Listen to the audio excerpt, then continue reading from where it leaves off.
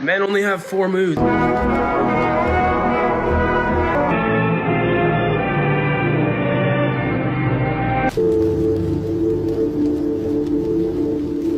What you know about roll?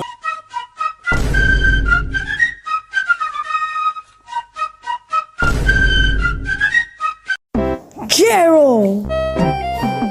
What did I say? No drinking milk. What did I say?